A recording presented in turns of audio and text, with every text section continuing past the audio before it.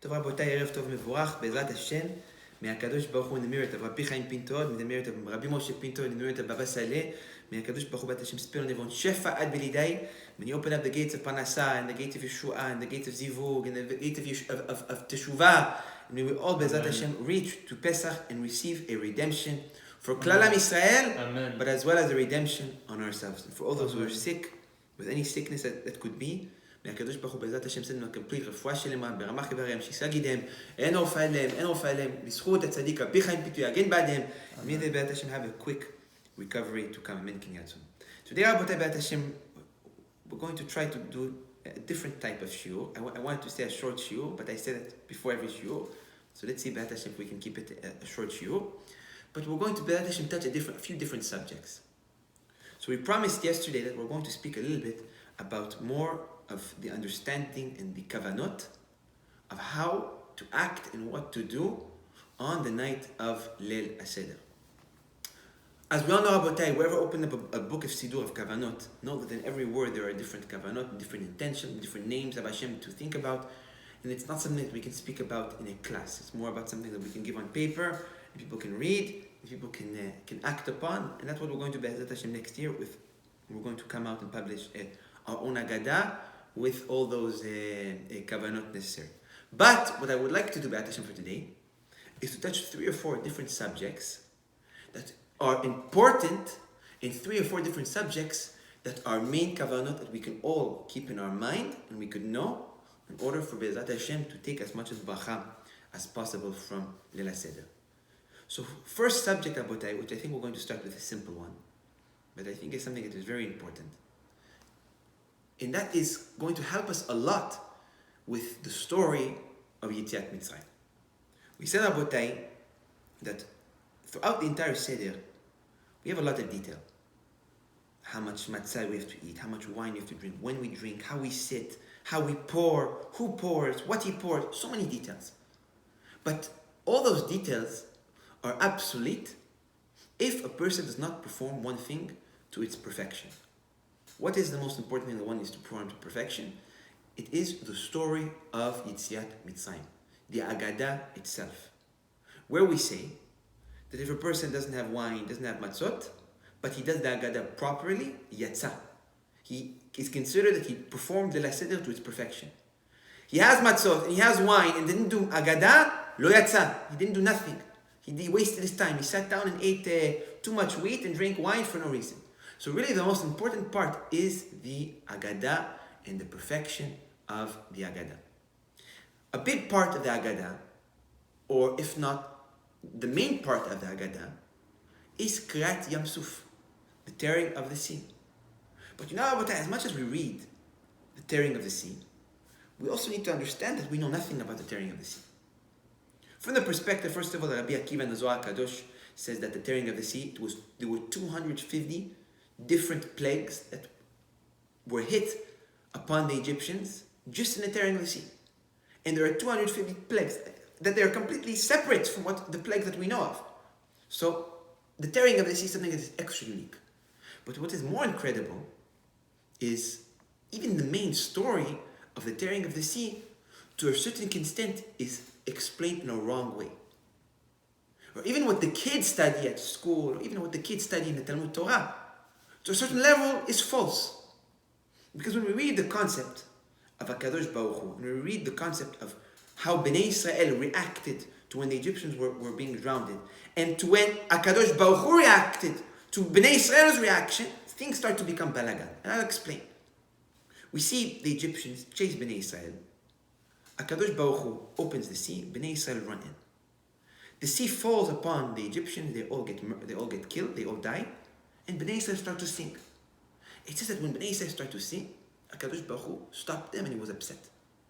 So we see one side, HaKadosh Baruch Hu acting with a lot of strength, and with, you could even say, cruelty, killing an entire nation, all the Egyptians in one shot. But on the other side, you see HaKadosh Baruch Hu not wanting Bnei Israel to encourage the fact that the Egyptians are dying. And when we gather upon Leil HaSeder, there are things we do in order to not be too happy, in order to not show too much of a happiness at a time when the Egyptians were being murdered at sea. So things start to contradict themselves. Is HaKadosh Baruch Hu happy that the Egyptians died, or the HaKadosh Baruch Hu not happy the Egyptians died? And even more so, we celebrate an entire holiday to the destruction of our enemy. Don't we say in the Torah, black and white, B'pol ovecha al tismach?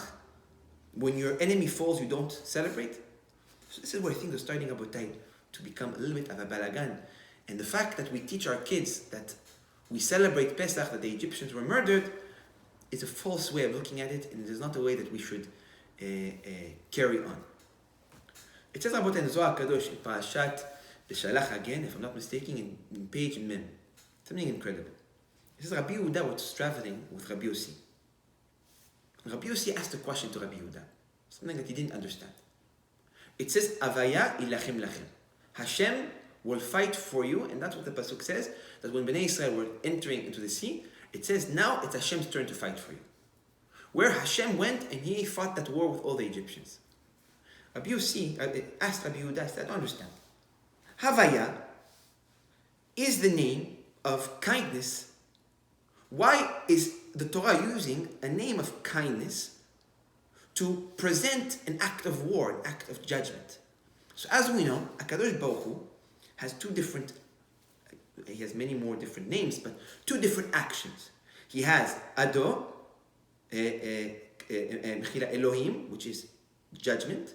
Then he has Havaya, Yud Kei Vav Kei, which is kindness.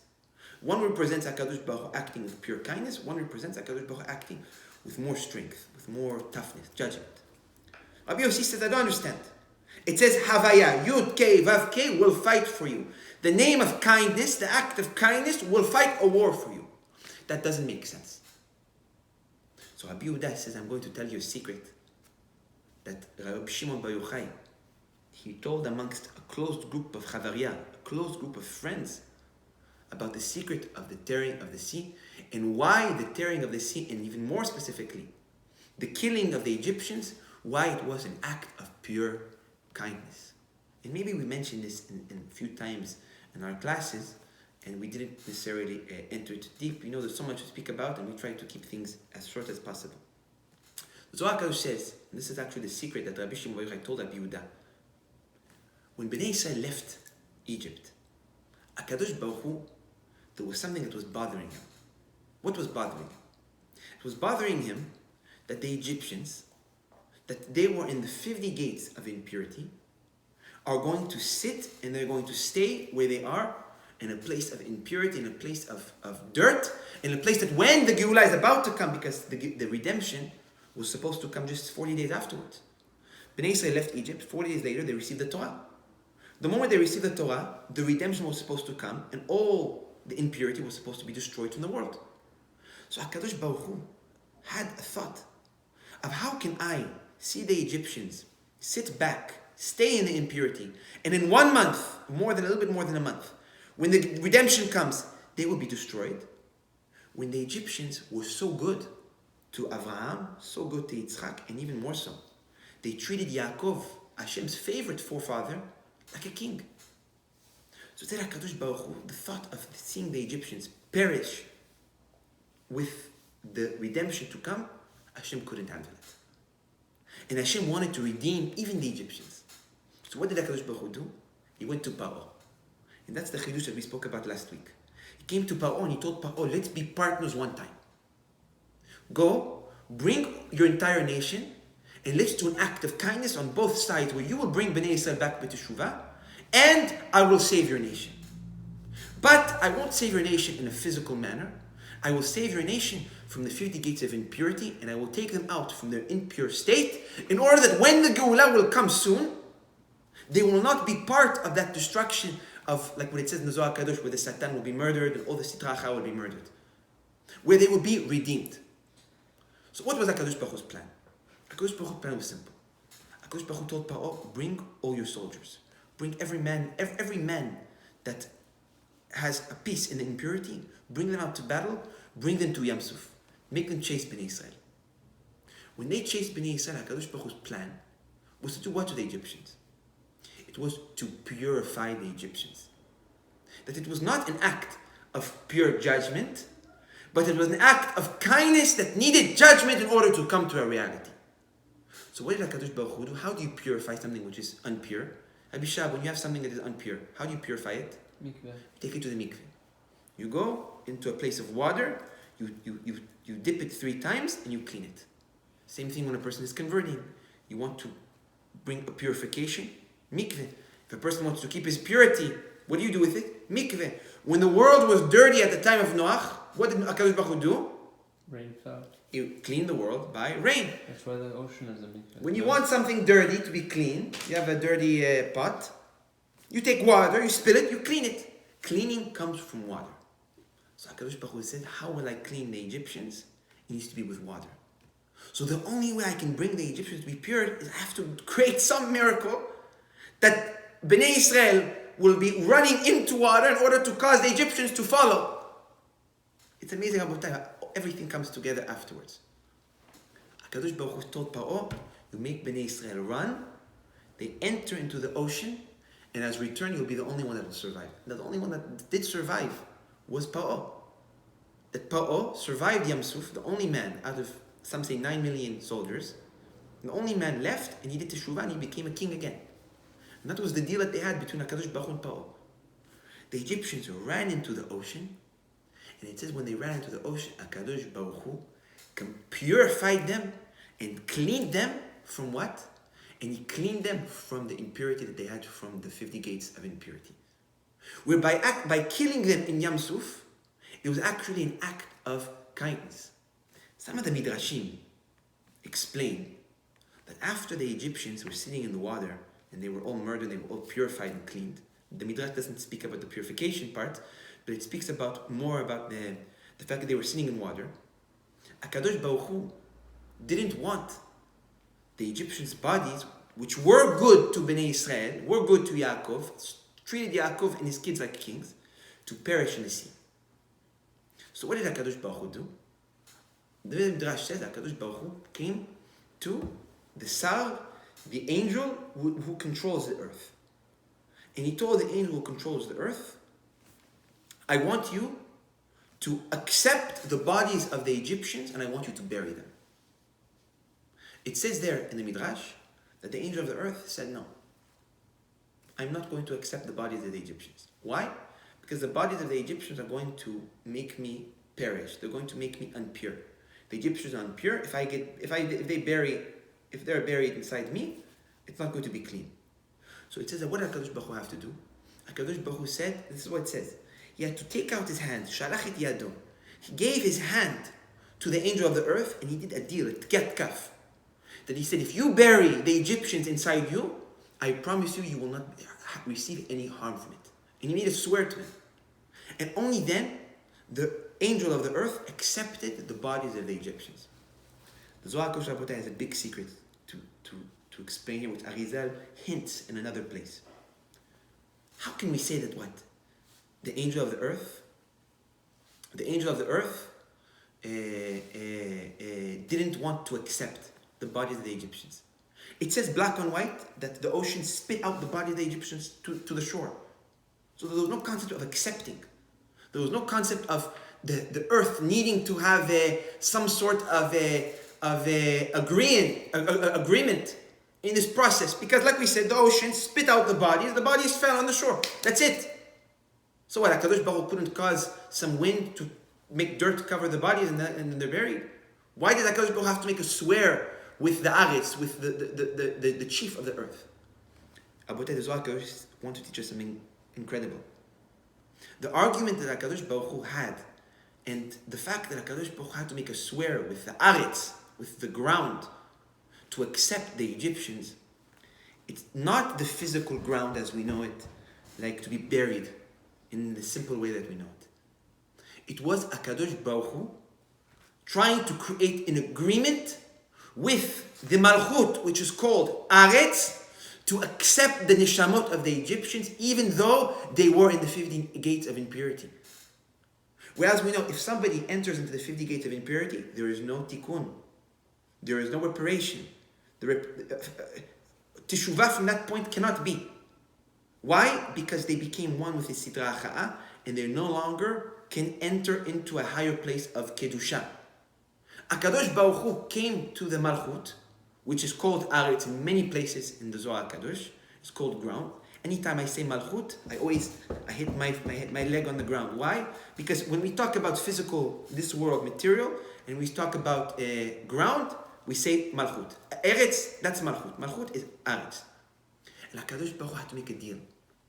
HaKadosh Baruch Hu told the Malchut, take in the neshamot of all those Egyptians who died in Kiryat Yamsuf. What did the angel who controls the Malchut say? Malchut said, no. If I take those neshamot, it can chas v'shalom cause me to perish. It can cause me to have dirt inside me. And that's where HaKadosh Baruch Hu had to come and to create that deal and to somewhat convince the Malchut, accept those neshamot and I promise you, you will not be hurt from it. That actually the entire Kiryat Yamsuf was not an act of judgment, but an act of pure kindness. An act of pure kindness that was so pure that needed to be put in a form of judgment. But it was kindness. That actually the deal that was done with the angel of the earth was not to bury their bodies in the ground. It was to accept their neshamot into a world of spirituality, into the higher worlds. And that, Abotai, is something that is incredible.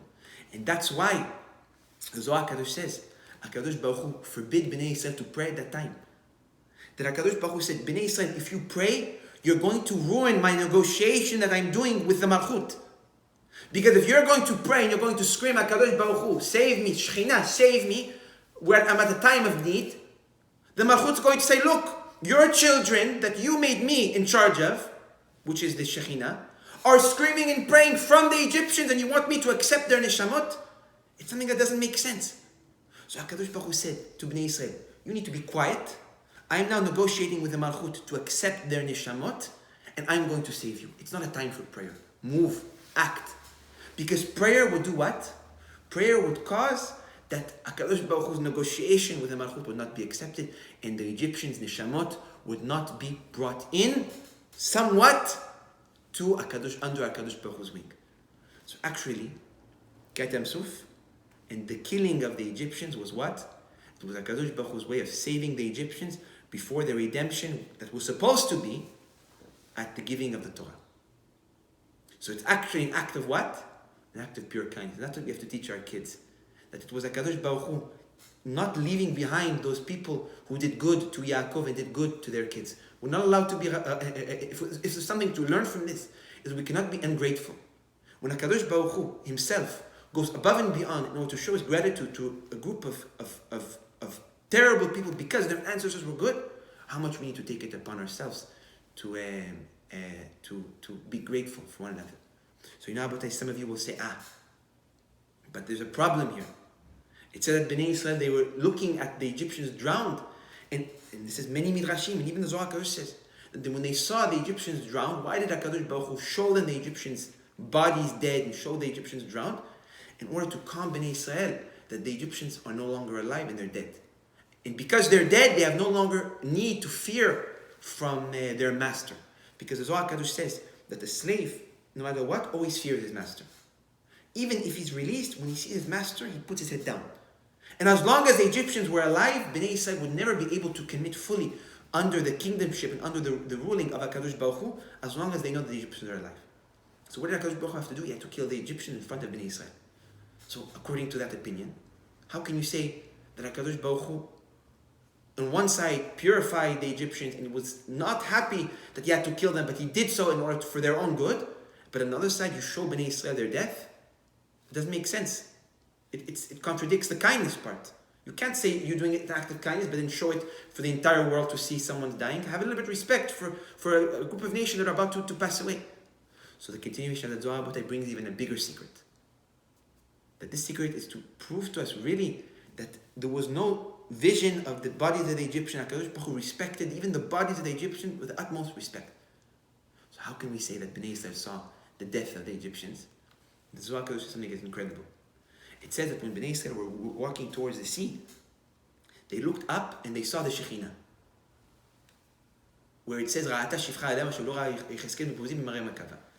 What even a servant saw, even the biggest prophet was not able to see. Why show a servant such high prophecy?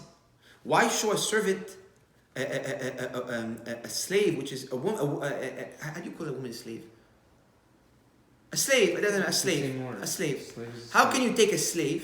Why do you take a slave and you show him prophecy that even the biggest prophets were not able to see in the highest form of prophecy, Mare Merkava? What's the point in that? So it was to say to go back to what we just said. HaKadosh Baruch Hu needed to calm all Bnei Israel which were slaves, that their master is no longer alive. But by doing what? Zohar HaKadosh said, HaKadosh Baruch Hu, when he opened up the sea, he opened up the sky for Bnei Israel as well. That when they opened up the sky, what were they able to see? They were able to see HaKadosh Baruch Hu taking the Sar, taking the angel, which what is pure impurity, which controlled Egypt. As we know, every single nation has an angel which controls it. Every single nation has an angel which is the head. When the angel is lifted, so does the nation lift. And when the angel is pulled down, so does the nation be pulled down. America has an angel. France has an angel. Italia has an angel. Every nation has an angel. Our angel is who? Michael. Michael is Sar Israel. We understand the concept. So, when HaKadosh Baruch Hu opened up the sky, what did he show them? He showed them how he took the angel of Egypt, and the Zohar HaKadosh says, with his left hand, which, as we know, you have a right hand, which is kindness, which represents the Kedusha, which represents the purity. Left hand represents what?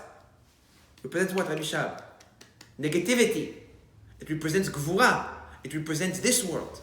So it says that HaKadosh Baruch Hu, every single hit, we explained what? 5 hits were done by, 5 plagues were done by Sitracha. It was done by evil angels. 5 plagues were done by what? By the hand of Hashem. What's 5 plagues? It was the 5 fingers of the left hand. 1, 2, 3, 4, 5. At the time of the tearing of the sea, what did HaKadosh Baruch Hu do? He took, and if we get B'ezrat Hashem to those 10 plagues, we'll see that all the 10 plagues have one thing in common. The angel of Egypt was involved. So for example, it says, how did HaKadosh Baruch Hu, just a small taste, how did HaKadosh Baruch Hu cause Makat Dam? It says he took the angel of Mitzrayim, he put him down next to the river of the Nilus, and he started to cut him, to cause him to bleed into the river, to cause blood to come down into the river. This is in short. It's much more longer and more complicated and detailed. That's in short. All the 10 plagues, all the 5 plagues that came from the hand of HaKadosh Baruch Hu were all connected to the angel of Egypt, where in each finger it hit the angel of Egypt. When Bnei Israel left Egypt, what did HaKadosh Baruch Hu do? It said, Yad Chazaka, a strong hand. Yad is always left. Koach, Yemincha Hashem Neri B'Koach. Koach is right hand. That's whenever we want to talk about the right hand, we say Koach. Yemincha Hashem Nedari B'Koach. Yemincha, your right hand Hashem is what? It's Koach. Whenever we want to talk about the left hand, we say Yad, hand. So it says, HaKadosh Baruch Hu took his hand, which include all the 5 fingers, with the palm, he grabbed the angel of Egypt, and what did he do in front of Bnei Israel? It says that he dragged him to Nahal Dino. He dragged him to the river of Dino, of fire, which was created by, we spoke about this, by the Peniel and his group of angels, and he dipped the angel of Mitzrayim inside the burning hot lava of Nahal Dino, and he showed Bnei Israel how the angel of Egypt, which represents the strength of Egypt, perished, and he died with the fire of Gehenna. And now they know which is Gehenna. And that is actually what it says that HaKadosh Baruch Hu showed the death of Egypt. He didn't show the death of Egypt of the soldiers because he respected the soldiers. But he showed the death of the angel of impurity which held and controlled Egypt at that time. And that, Rabotai, is something that is pretty incredible.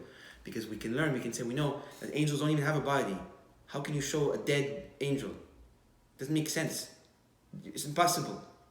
I saw in a few Mekubalim that they said that HaKadosh Baruch Hu created an image of a dead angel just to show Bnei Israel. Because there's no such thing as a dead angel.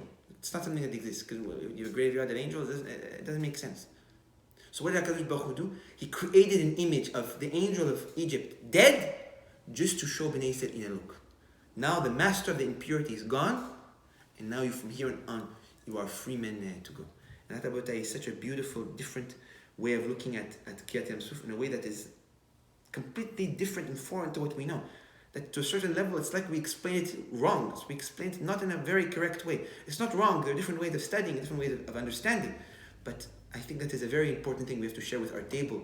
Even on the night of Pesach, even though that we're celebrating the redemption, we are not celebrating the death of any nation, and we are not celebrating the judgment, but we are celebrating the pure kindness of HaKadosh Baruch Hu.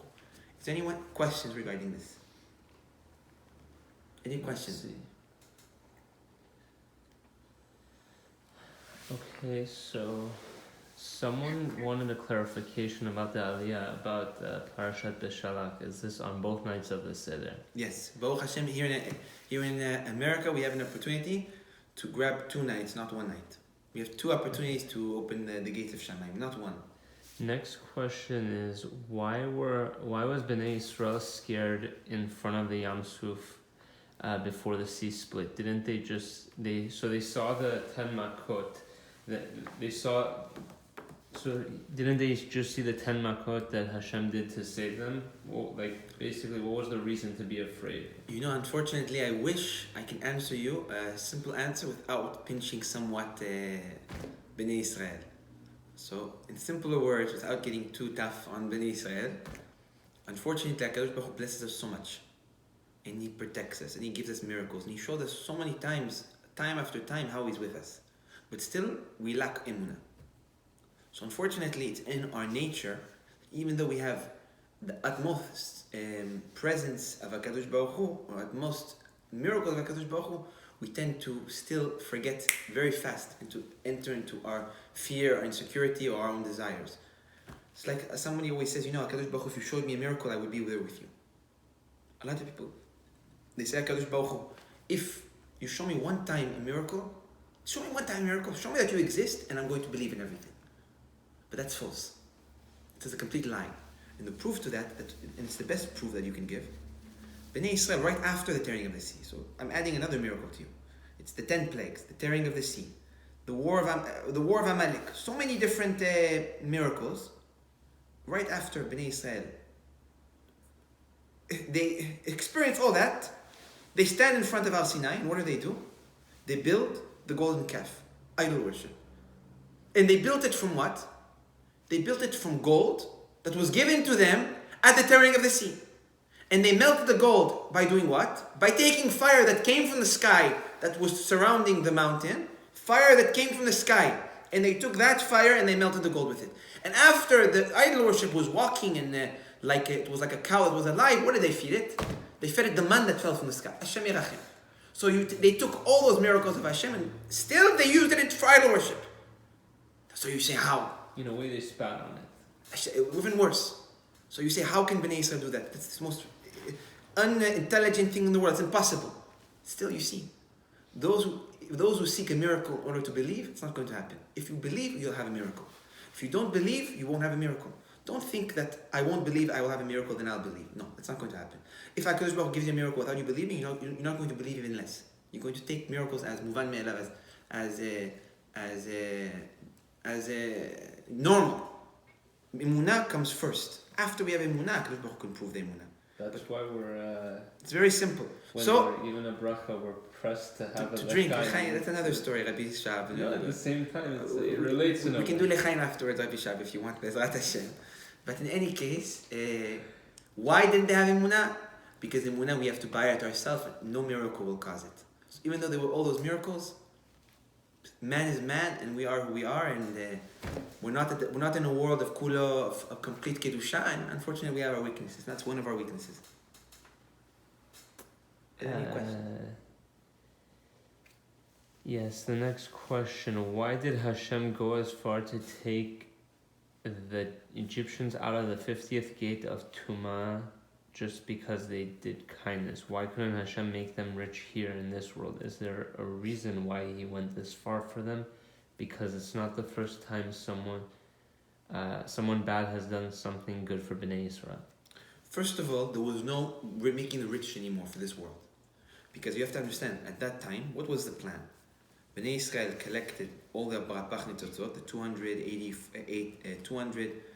288 sparks, and at that time the reparation was done, and HaKadosh Baruch Hu just needed now to bring the Shekhinah down, put together all the Sfirot, connect all four worlds, then that's it.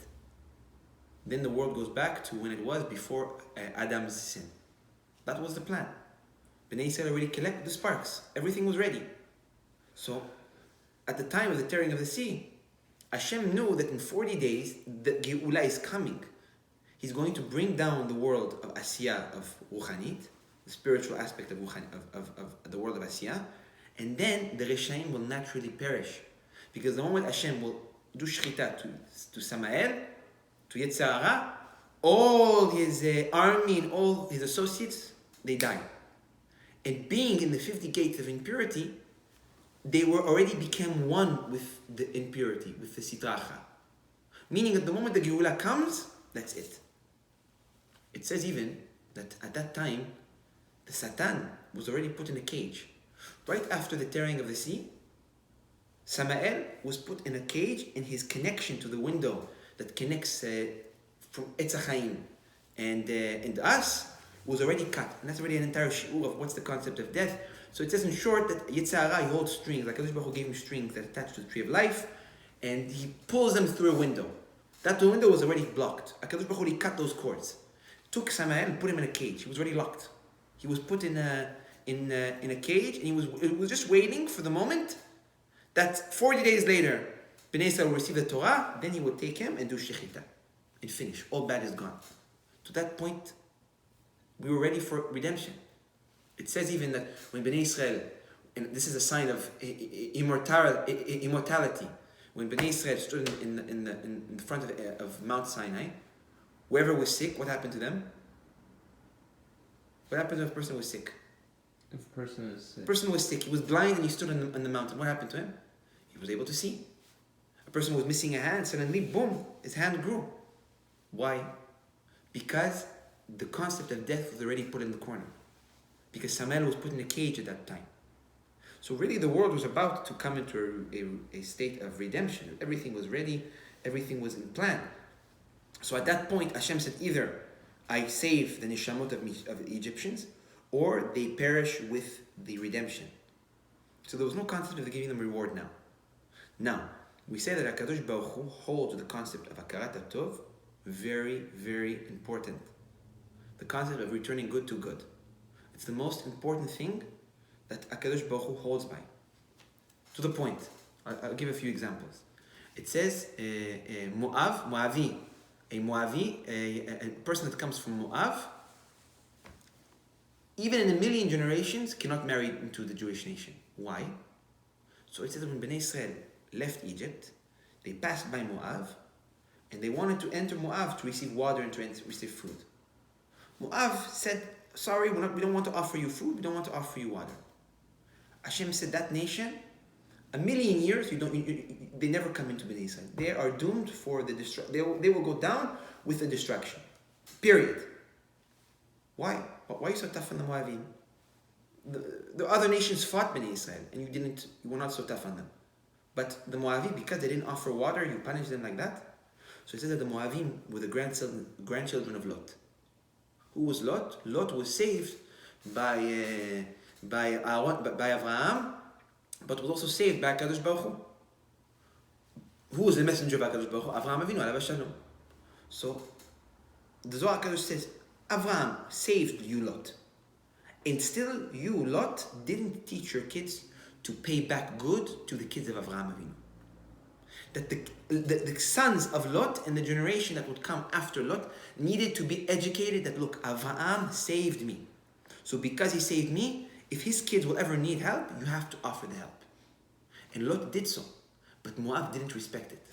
Even though they knew that Abraham saved him, still they didn't go and feed and give the water for Bnei Israel. And because of that, HaKadosh Baruch Hu says Moab is a nation that you have to completely destroy, you have to stay away from. Why? Because they did not return good where good was deserved.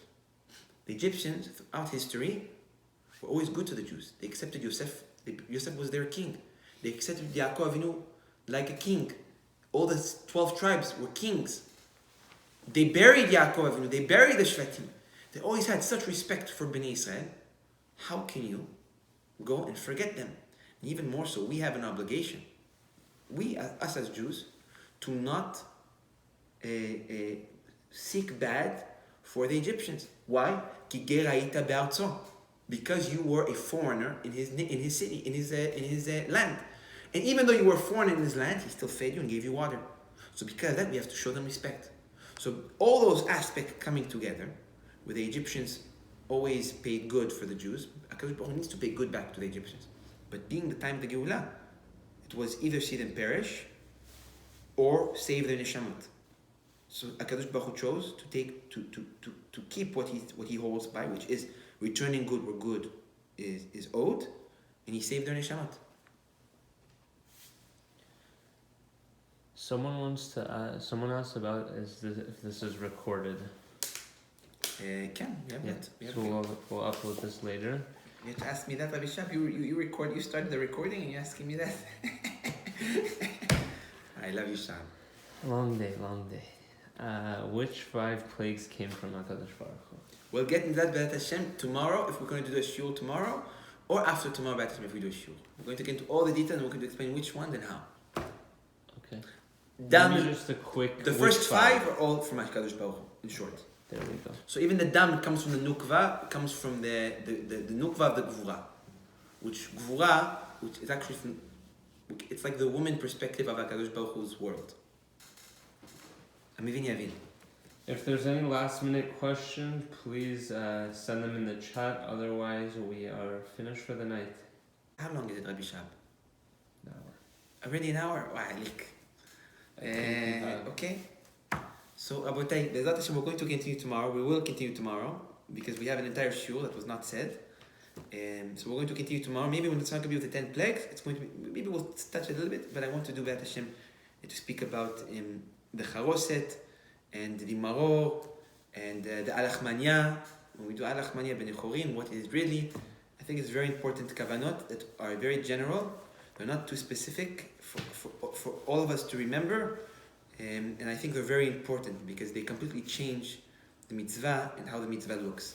If we do it without knowing this, it's one mitzvah. Then the moment we understand what it really is, it's a completely different mitzvah. And I think we should all be doing the right mitzvah, which is the real one that we're going to speak about tomorrow and the one that we wanted to talk about today. So B'ezrat Hashem, in the merit of Rabbi Pinto, in the merit of the Zohar Kadosh, in the merit of Arizal, may HaKadosh Baruch Hu B'ezrat Hashem give everyone big baracha v'tzlacha, b'siyata d'shmaya gdola. HaKadosh Baruch Hu B'ezrat Hashem open up the gates of Parasha, and the gates of Yeshua, and the gates of Zivug, and the gates of Yeshua. May HaKadosh Baruch Hu B'ezrat Hashem spell shefa and bilidai. May He hear all our prayers and fulfill all our hearts wishes. Amen. Is there any other questions that He can make? What was that? You know what? Yes, there's one off-topic Whoever question. screamed scared me. When there's so much going on around us that could be scary, how can we keep ourselves strong? We use what's scary. We spoke about that yesterday.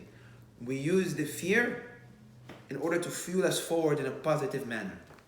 There we go. We have to use that fear. The fear is good. Fear, stress, pain, suffering, it's all good. It's sweet. If we know how to channel it, we can say we can turn those bad thoughts into complete celebration. Do we have yesterday's class? We have tomorrow's class recorded. We're supposed to have tomorrow's class recorded today, but... Someone wants to ask something about the Parasha from a few weeks ago. Sure, ask your question, and then we have to wrap up. He has another meeting. Quick question. My question is, basically, like a couple weeks ago, I was talking about in the Parasha, I was talking about the Mishkan and everything, and how we built the Mishkan and everything. So my question is... Shalom Uvachat Tzadik, Rabbi Tzadik. Good, and you, Rav? Baruch Hashem Tzadik, Ken.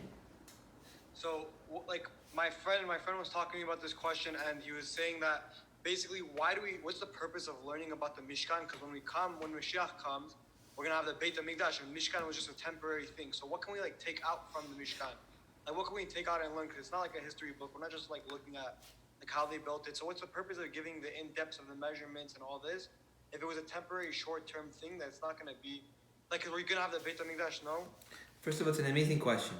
So there's two answers to this. Two answers. first of all, the Mishkan, a lot of it was metaphorically, a lot of the teaching, and we actually learn a lot of the concept of creating HaKadosh Baruch Hu's presence in our own lives without Beit HaMikdash from the Mishkan. That's number one, and that's the simplest way that we can wrap it up in one sentence. That's one answer. The second answer, why we study the Mishkan so importantly, because look at the reality. Beit HaMikdash was destroyed, the Mishkan wasn't. The Mishkan, it says that it's safe. Some say that the ground swallowed it, some say that the Romans took it and they're keeping it for us. In any case, the Mishkan is what exists today, not Beit HaMikdash. So the fact that the Mishkan exists and not Beit HaMikdash, you can tell and you can see the difference of why the Mishkan is so important. So really, the concept of the Mishkan is something that's much deeper than we can understand. The Zohar Kodesh speaks a lot about the Mishkan in a way of metaphorical, not metaphorical, but like in code, meaning we have to understand something deeper to really understand even the measurements, the measurements and how many beams. According to the beams represent different worlds and different teachings and different. It's much deeper than what we think. So it's not don't use the word metaphorically. In code, better way of explaining it, meaning in a hint. And the Zohar Kodesh and the Kabbalah study an entire world from the Mishkan, which is not explained from the Midrashim, or not explained from the Pshat. And to add on top of that, the Mishkan is something that, look, it still exists, not Beit HaMikdash.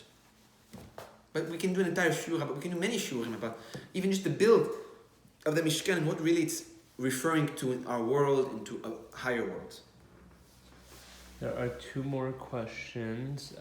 Can you confirm no leaning during the eating of maror?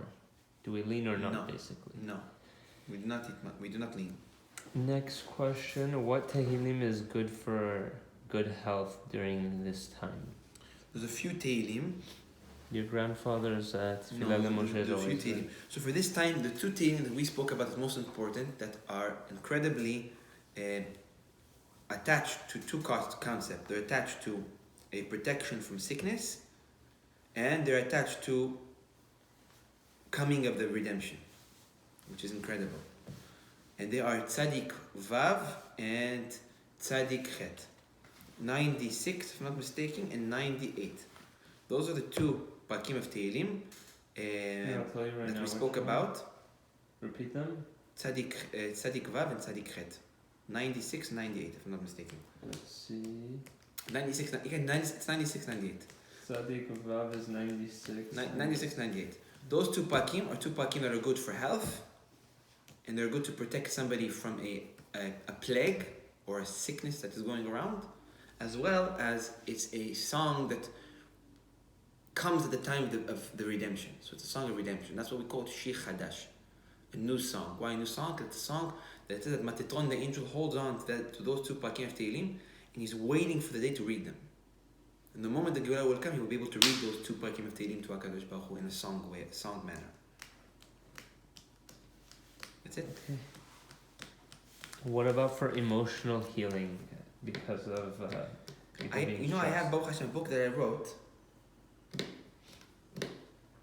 that actually I was talking to somebody yesterday. We're going to publish it. It's a book that little pieces from throughout the entire Kabbalah attached to certain Pakim of Tehillim and to certain causes. So I have it already put together. It's in a little folder. And there is some Pakim of Tehillim for Pachad, for fear. Devorah Tzedeket, please tell me who that person is, and I'm going to tell you tonight when I go look into it. And I will give you, there are Pakim of Tehillim that I remember that I put for fear. Someone said they've heard that Perek 70 is good for good health. There are many different, there are different types of health. So, Be'ezrat Hashem, whenever I will publish this book, you'll see that there's even for different types of sicknesses. For sickness of the arm, sickness of the lung, sickness of the kaved, of the liver, sickness of the head. So there's a different pakim for even different body parts of sickness. At the end of the day, no. Sickness of the throat. 10 plagues. The 10 plagues, there is an entire, we can do 10 shiurim about the 10 plagues. Mamash, 10 shiurim. Complete 10 shiurim. Because every single plague, the Zohar Kadosh actually explains how it happened in a realistic way. Meaning not just in a way of a miracle like this, but how HaKadosh Baruch Hu physically made them come to a reality.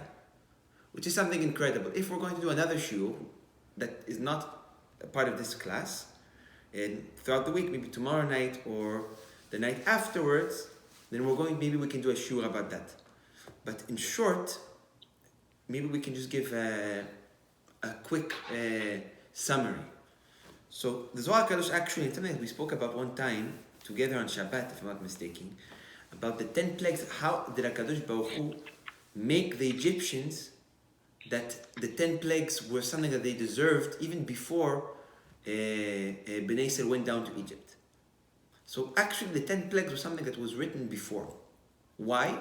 It said because HaKadosh Baruch Hu knew that at the time when Bnei Israel would be in Egypt as slaves, he cannot hit the Egyptians when Bnei Israel were in the exact same level of impurity. So Bnei Israel and Egypt, they were both doing idol worship, they were both murdering each other, they were both killing each other, they were both stealing from each other. They were both ashamed. Two groups are ashamed. How can you punish one and redeem the other? They had nothing special. They only kept three things: their name, their language, and their clothing. So how can you do that in justice and punish one and bless the other one? So it's like something we spoke about in the past. HaKadosh Baruch Hu, actually with Sarah, the wife of Avraham Avinu alav shalom, when Sarah was taken by Paro, Sarah 10 times hit and asked from the malach that was protecting her from the angel of Paro to hit Paro 10 times that night that Paro kidnapped her. And essentially those 10 plagues came to the house of Paro in a miniature version in order for them to come down upon Bnei Israel, upon the Egyptians' latit level. Actually the 10 plagues came down to the world as an effect of what Paro did to Sarah. So it wasn't because HaKadosh Baruch Hu loved Bnei Israel and wanted to give Bnei Israel extra protection to punish the Egyptians, but that Paro had a debt that needed to be paid. And what was that debt? That debt was that he took Sarah and he made her cry 10 tears. And those 10 tears and those 10 hits that she asked the angel to hit Paro, that was the debt that HaKadosh Baruch Hu delayed a few hundred years in order for when her grandchildren come to Egypt, the debt will be paid then. So that is the main source of the 10 plagues. But now the 10 plagues were actually even more detailed, were written on the stick of Moshe Rabbeinu. But they were not written in the stick of Moshe Rabbeinu as Dam Tzvadei Akinim Arov.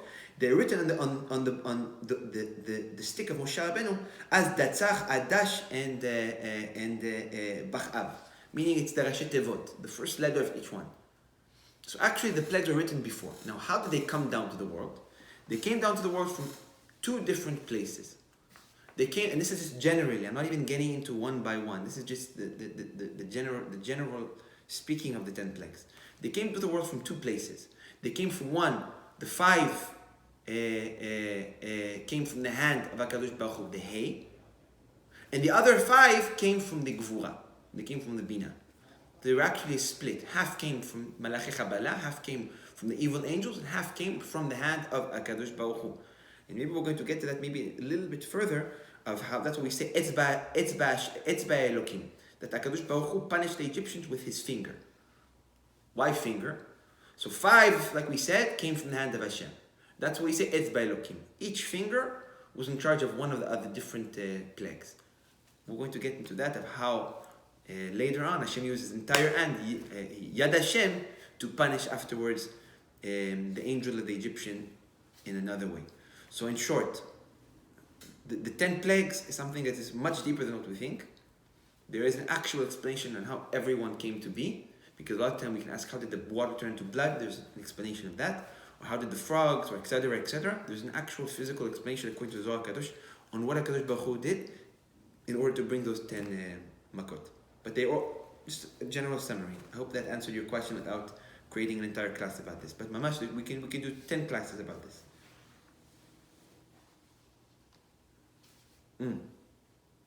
Rivka Tadeket, יש עוד שאלה? Is there another question?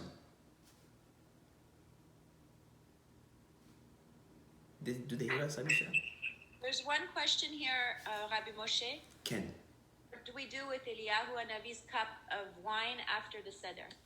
So what's incredible is that there's a lot of customs.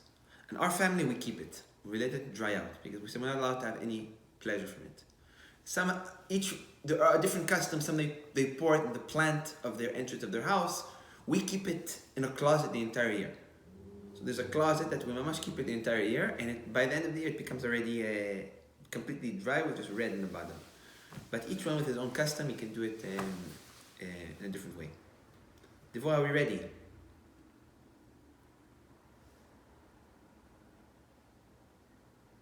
Yeah, we're ready, I think. We've got 25 people. Ken? I think we're good. Is Yeah. Zev here? Zev said he's running a few minutes late. I just add him in when he's ready. Okay, is there any other questions? Yes. Oh. Someone asks, please repeat what aliyah we're supposed to read from Parashat Beshalach and Fourth why. aliyah. And why? Okay, so there's the fourth aliyah of Parashat Beshalach, like we mentioned, for those who want to have segula of panasa, or for those who want to have segula to get married this year, he should read the fourth aliyah twice after Leil Aseder. Now, why is that? The Zohar Kadosh in Parashat Beshalach, if I'm not mistaken, in page Nun Zayin, says something that is incredible.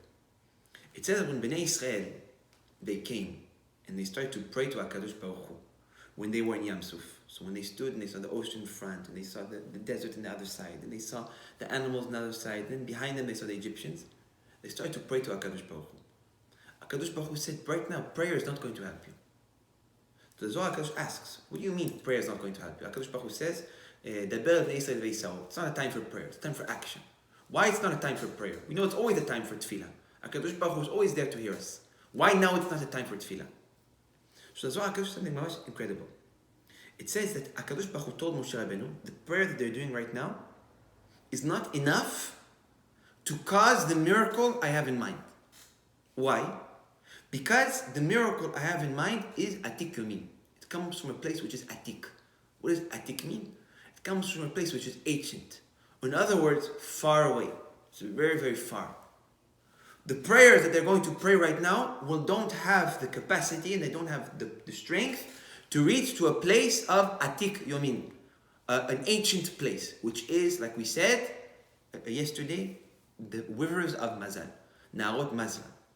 So, what did HaKadosh Baruch Hu say? HaKadosh Baruch Hu said the only thing that will cause them to bring the miracle that they have in mind, they need something which is powerful, something that has action, something that will go straight to an ancient place which is Atik Yomin, and from there the Shefa will come down.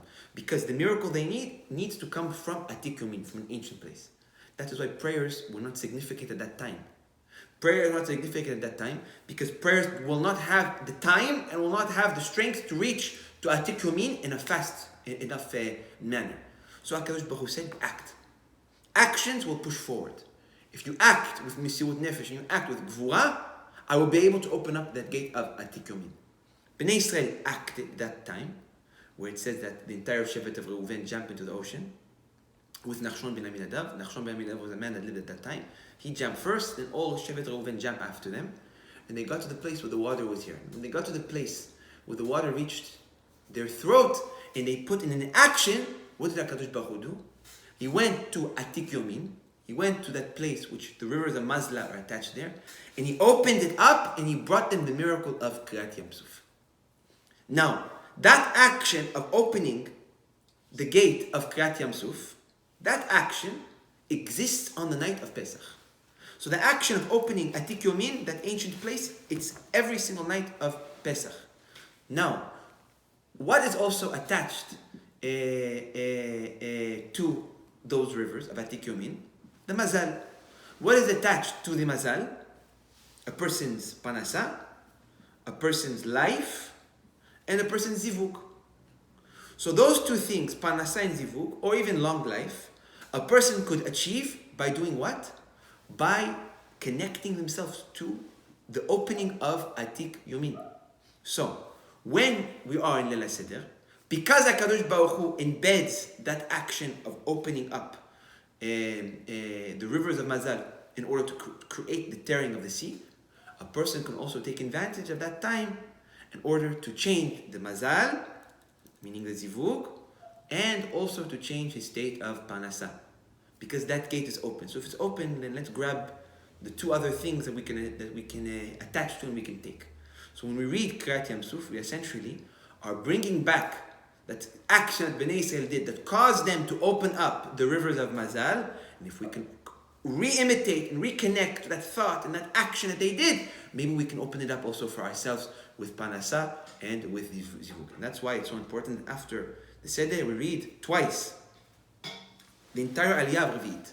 So from the beginning of Aliyah of Revit of Parashat Pishalach until the end, one who does so can reach to the point of receiving an opening and a changing of one's mazal on a perspective of Parasha, and a changing and an opening of one's mazal on a perspective of Zivug. That's why it is so important.